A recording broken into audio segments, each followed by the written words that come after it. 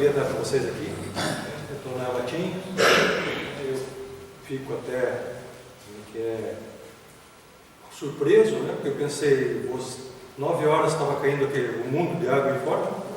Eu pensei, vou ter eu, que tenho compromisso de estar aqui, e a pessoa que tem compromisso de abrir o centro. Mais ninguém. Eu fico feliz em ver que o pessoal venceu a chuva. E veio conversar com a gente aqui, né? Assistir, né? Bacana a música, né? A música já encheu o nosso ambiente, amoleceu um pouquinho o coração. Né? E a gente agora vai falar um pouquinho da paz de Deus. Né? Uma paz, não sei que como Emmanuel coloca, há muita gente que busca a paz, raras pessoas, porém, tentam segui-la. Então, Emmanuel, sempre já nos puxando um pouquinho a orelha, ele já nos coloca, né, que a gente busca a paz, né, mas a gente não tem aquela vontade de seguir.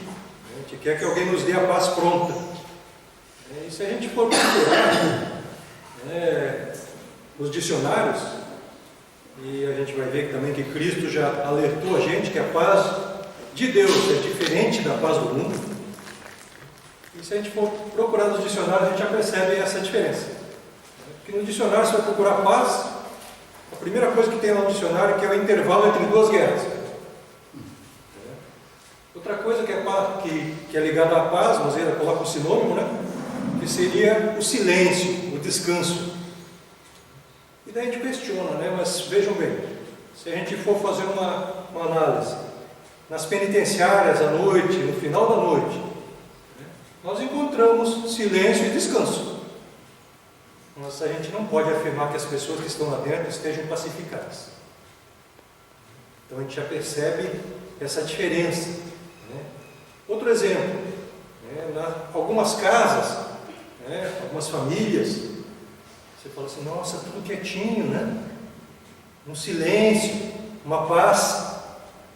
Mas na realidade, de repente, está quieto porque o chefe de família é aquela pessoa durona, aquela pessoa que exige o respeito sem ter porquê, vamos dizer, razão, através da força.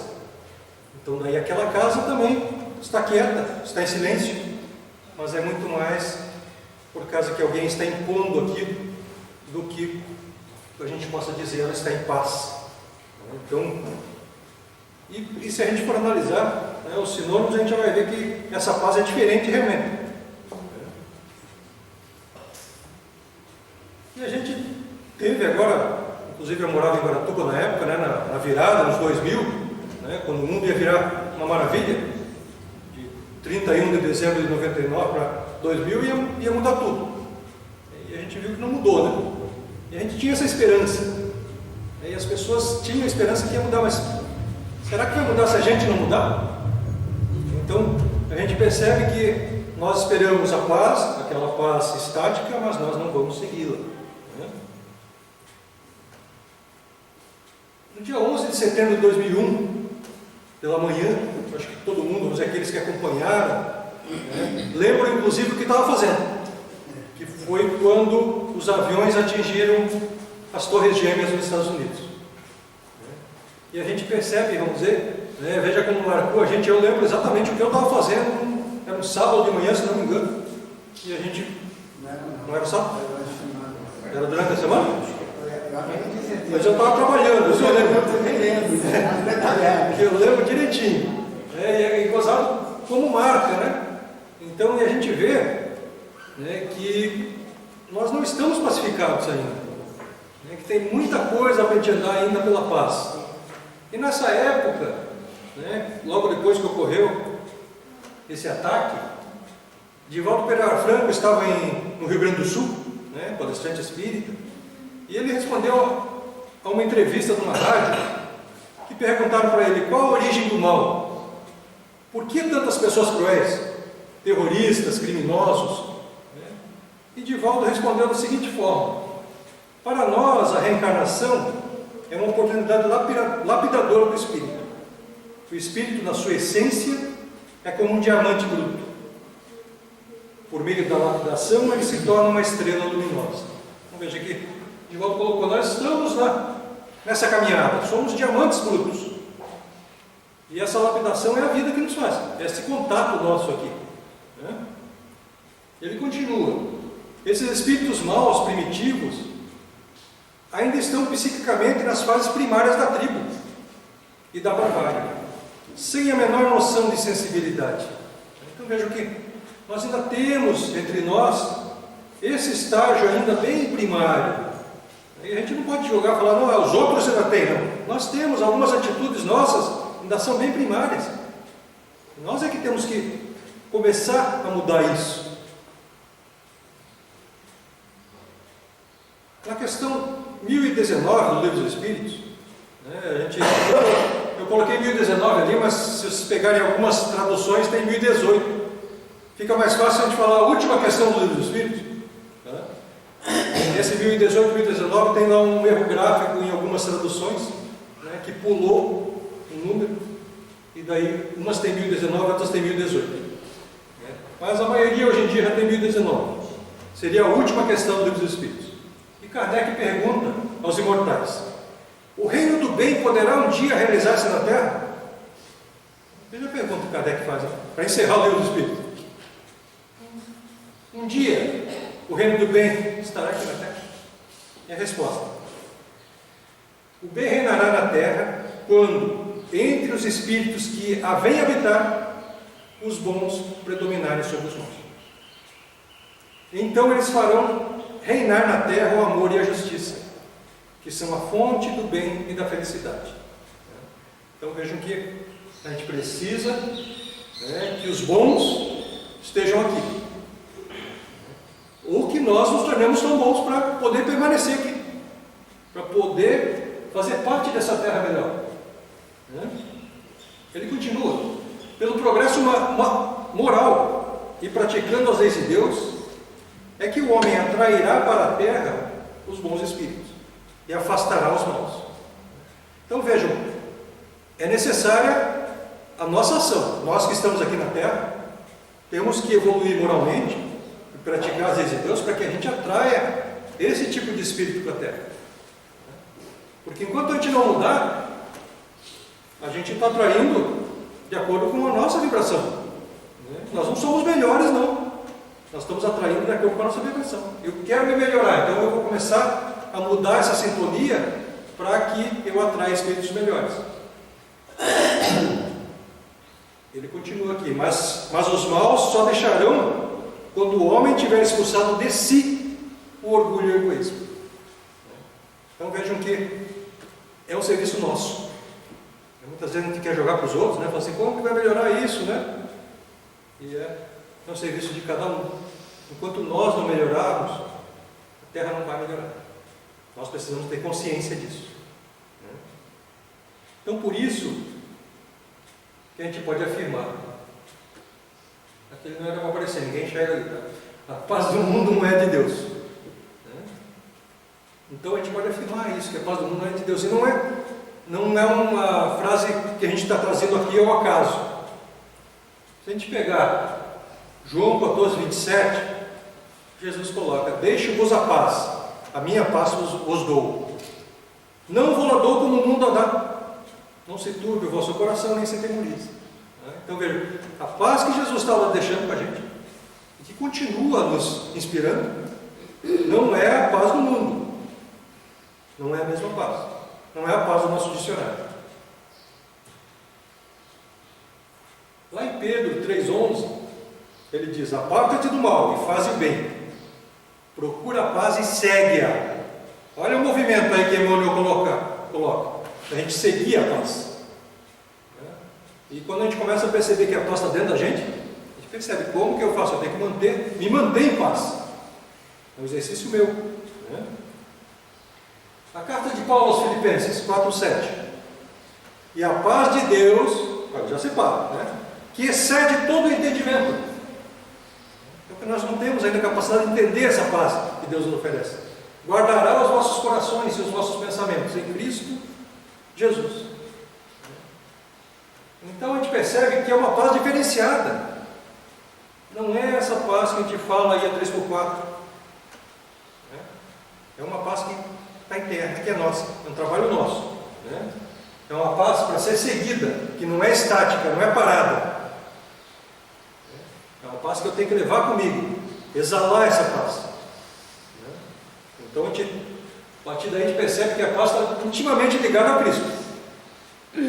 Porque Ele não veio aqui por acaso. Ele veio aqui para demonstrar que era possível. Que a gente poderia fazer, e Ele disse isso, a gente pode fazer muito mais. O que Ele faz, o que Ele fez, e muito mais. Então não é necessariamente a ausência de conflitos essa paz, de problemas, de sabores, de guerras internas ou externas. Não é nada disso. Que no estágio que a gente se encontra, a gente ainda tem muito conflito, a gente tem muito dissabor, muito problema ainda, né?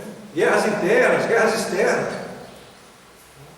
Isso não tem a ver com a paz do Cristo. A paz do Cristo é algo nosso. É a capacidade, então, essa paz, de enfrentar esses problemas, de enfrentá-los, né? De mostrar ânimo mesmo à frente de vicissitudes, percalços, situações de crise.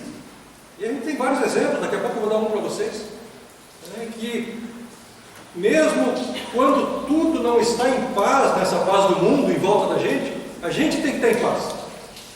Nós temos que ter a nossa paz. Essa que é necessária. Porque nós estando em paz, nós vamos começar a conseguir que o mundo entre em paz também. Fique pacificado.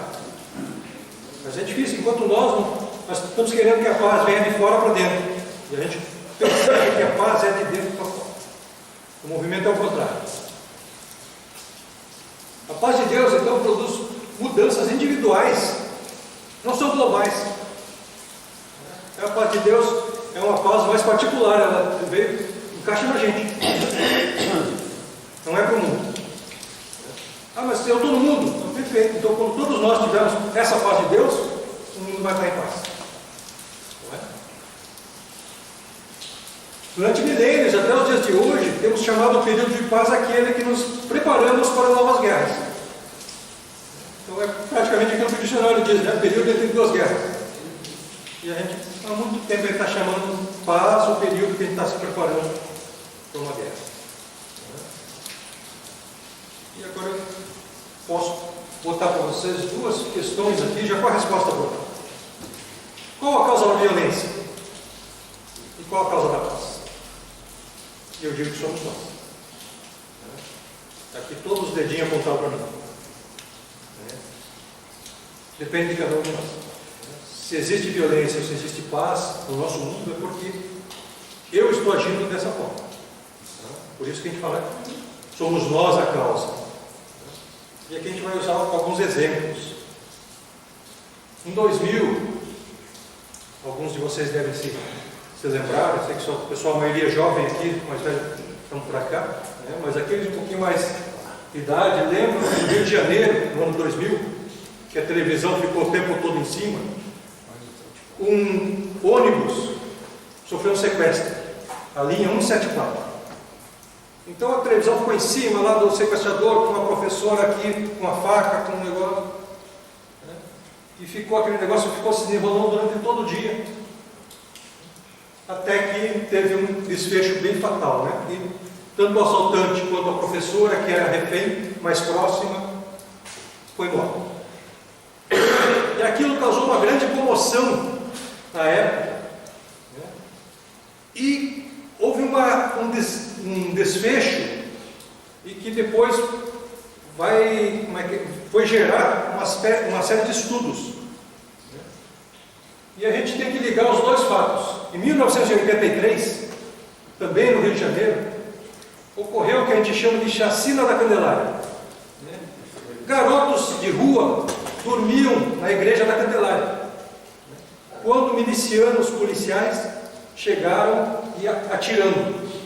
8 desses garotos morreram e 30 aproximadamente sobreviveram. Então isso também causou uma grande comoção.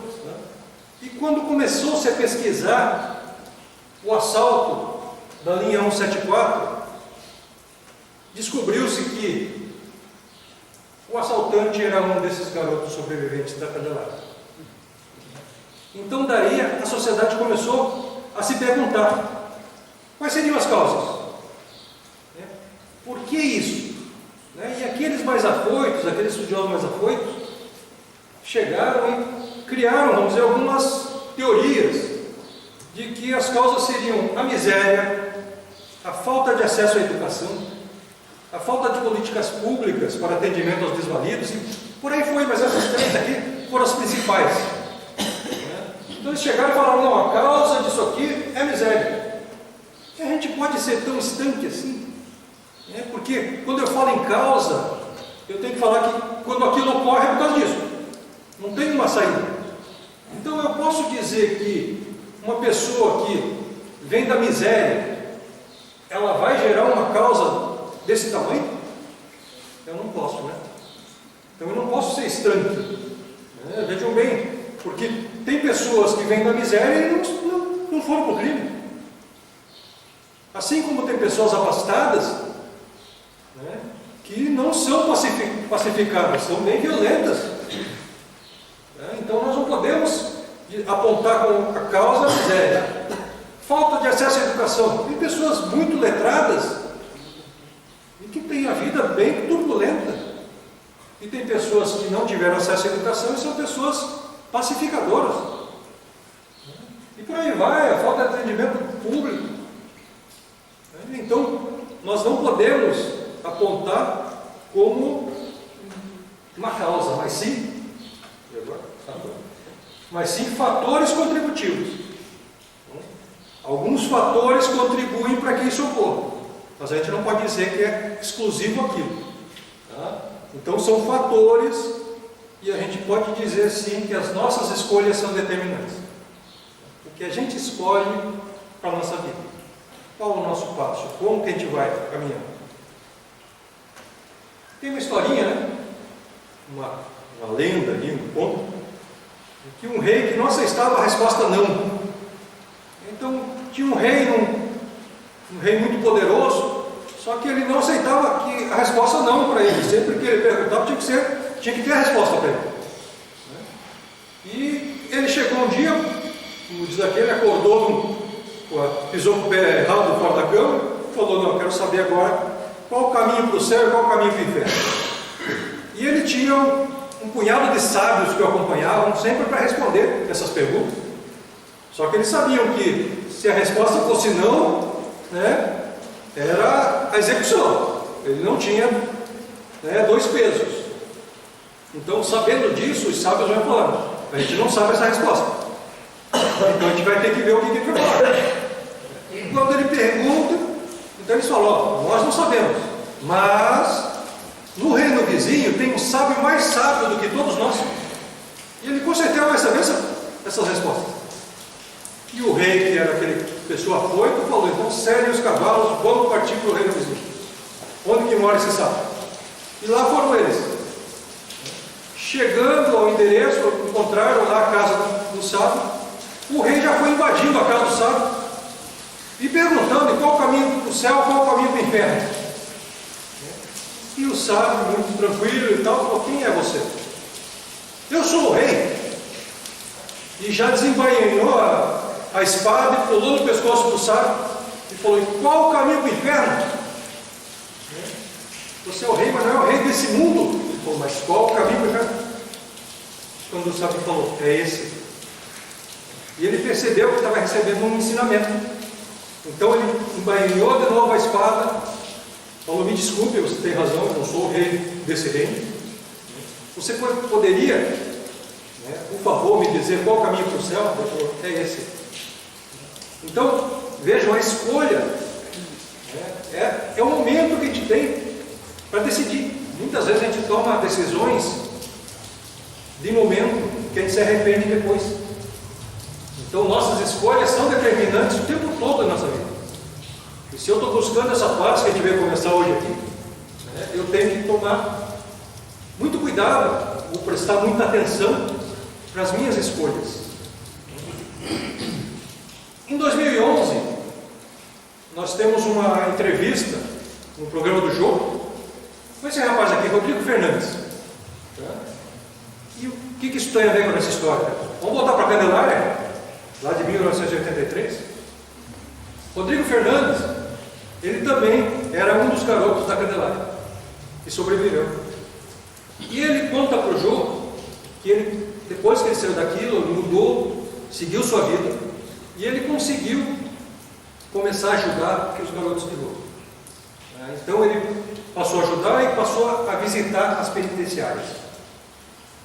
E ele conta que a primeira vez que ele chegou e ele teve acesso àquelas pessoas aqueles policiais que estão presos hoje em dia, não sei se ainda se encontram presos, mas naquela época estavam, e ele teve a oportunidade de ficar frente a frente com aqueles que atiraram neles.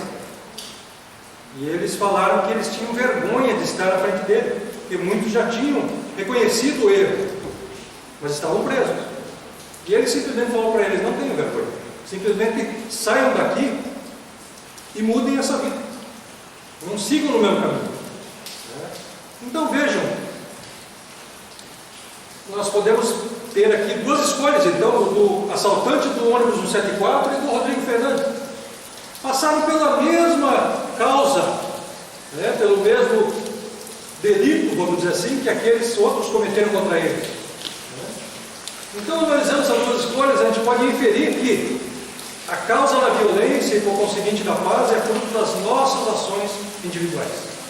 Somos nós que escolhemos, se eu vou ter paz na minha vida, ou se eu vou ter esse inferno, vamos dizer, que a gente cria, muitas vezes por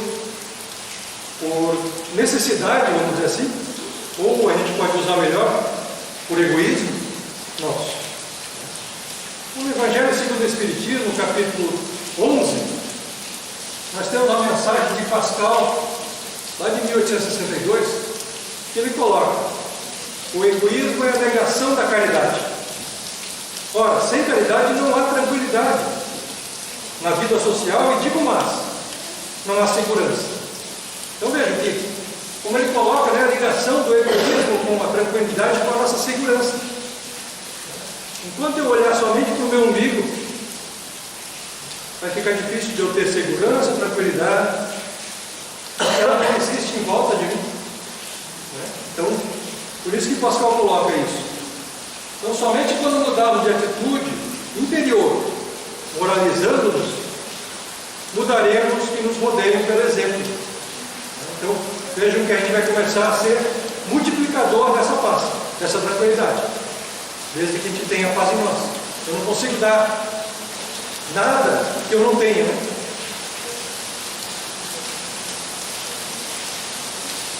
Vamos falar um pouquinho dos vários do Evangelho.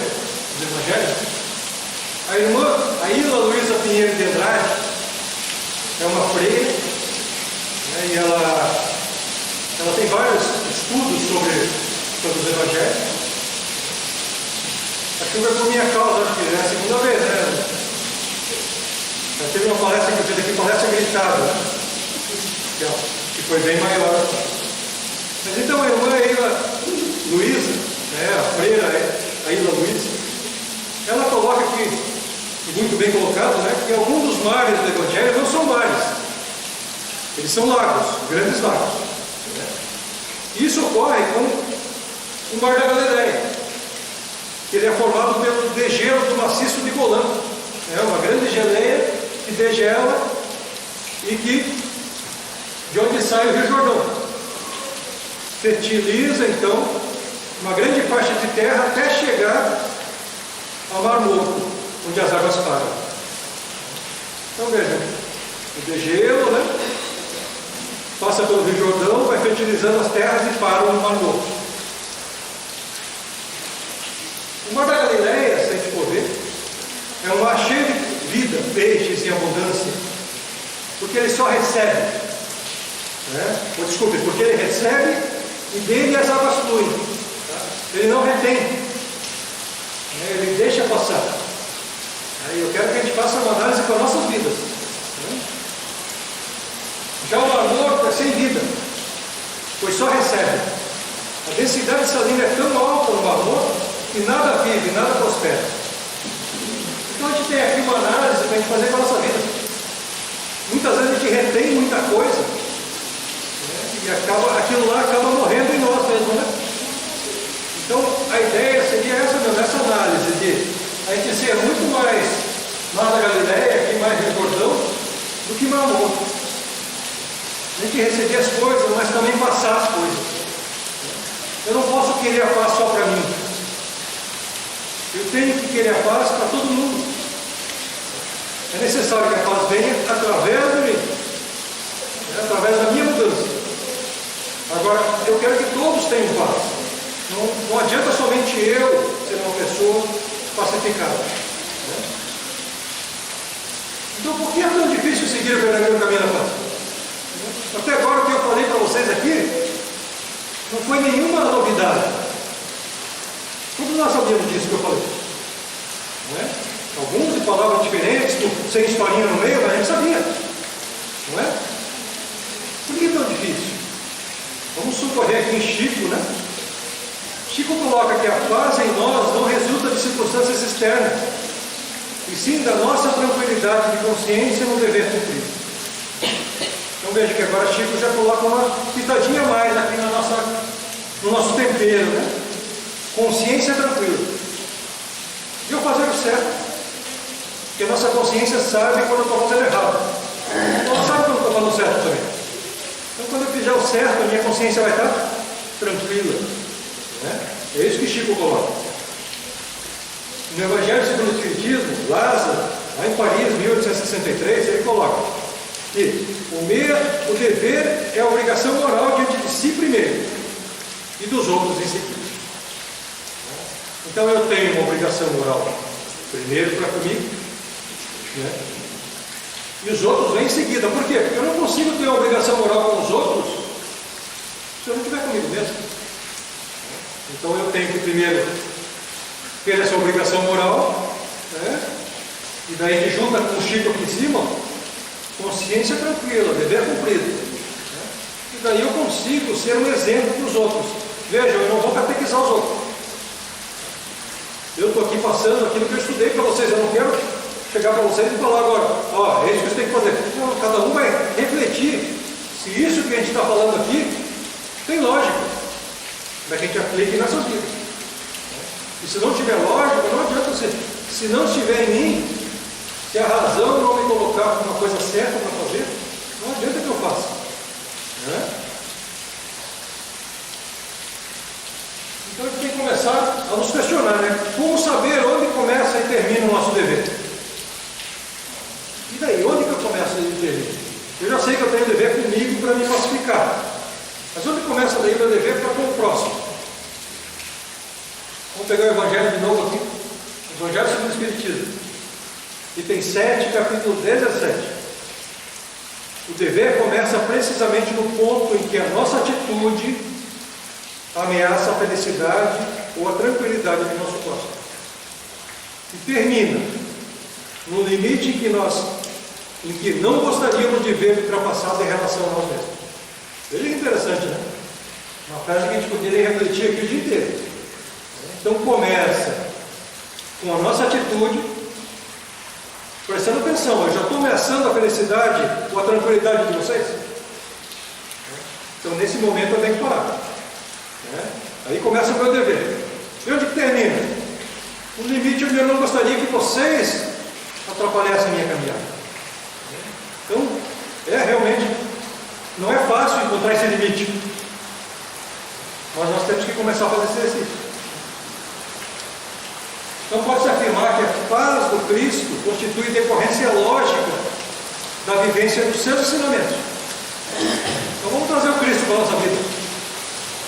Porque é necessário a vivência dele, eu ter consciência da vivência dele, para trazer para a minha vida. Desfruta a paz quem pratica a lei de justiça, amor e caridade estabelecida por Deus. Então veja, está fácil? Não está, né? Praticar a lei de justiça, amor e caridade. É fácil dizer, difícil praticar. Mas nós temos que pegar cada pontinho, né, e começar a fazer. Aquilo que nossa consciência já aponta como aqui eu já consigo ir, aqui ainda já está difícil. Então eu paro um pouquinho e falo, não, aqui não dá ainda. Mas eu tenho que começar a fazer. Eu não tenho que simplesmente deixar de lado Porque eu não consigo um pedacinho, então eu não vou fazer o resto. Eu tenho que começar a trabalhar a lei de justiça, amor e caridade nos meus atos. Como que eu estou agindo? E se a gente pegar tudo que eu já falei para trás, eu tenho que falar, primeiro eu tenho que aplicar essa lei com quem? Comigo. Eu tenho que ser justo comigo, eu tenho que ser amoroso comigo, eu tenho que ser caridoso comigo. A partir daí eu consigo ser caridoso, amoroso e justiça, e tendo justiça para com vocês. Senão eu não consigo. Veja que a Terra, a gente agora está se transformando. Não vai ser um negócio da noite para o dia. Quando o Chico foi questionado, Chico, nós já estamos no 3º milênio. Você não falou que o 3º milênio seria uma Terra melhor? O que Chico falou? O milênio tem 1000 dias, não, 1000 anos. Né? O milênio tem 1000 anos. A gente está muito rápido. Eu tenho que fazer a minha parte. 11 de setembro, então, desencadeou a invasão do Iraque e do Afeganistão. Um gasto de 3,5 trilhões de dólares na guerra contra o terror. Então vejam, uma atitude. Derrubar as torres lá. Olha o gasto que gerou isso. Se esse dinheiro tivesse sido utilizado em favor dos que sofrem no mundo, qual seria, o resultado disso? Muito diferente do que uma guerra, com certeza. Não é? Mas, a gente olhando do lado da transformação da Terra, no planeta de regeneração, onde não poderão mais encarnar espíritos belicosos, violentos, maus, a gente percebe que se usasse esse dinheiro todo para o bem, a gente poderia, de repente, ter um mundo um pouquinho melhor. Não é? No futuro, a intolerância irá desaparecer, com certeza. Nosso mundo haverá de ser esse paraíso tão sonhado pelos grandes mensageiros de Deus, que aqui chegaram para nos ensinar o caminho da paz, da tolerância, da fraternidade e do amor.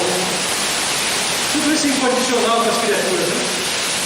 Nós temos exemplos, desde Jesus e até antes de Jesus, de pessoas que vieram para nos mostrar esse caminho, para nos indicar esse caminho de paz, de tolerância, de fraternidade, do amor incondicional. A gente tem que começar a aplicar isso em nossa vida.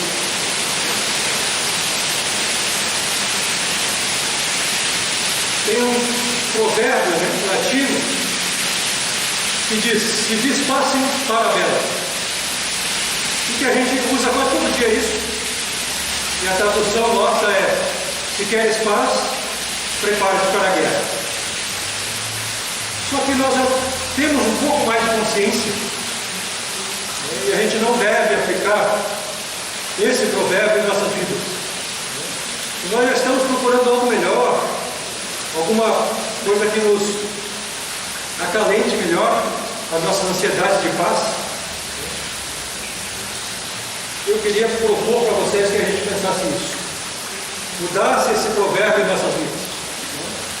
Se queres paz, prepare-te para a paz.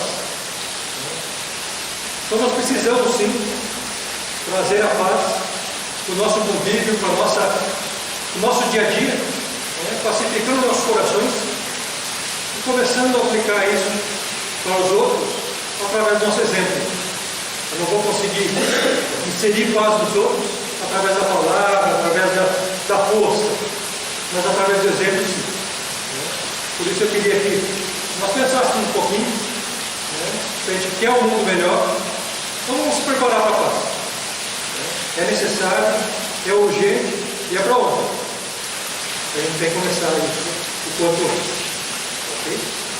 Muita paz a todos. Vamos fazer então a nossa oração.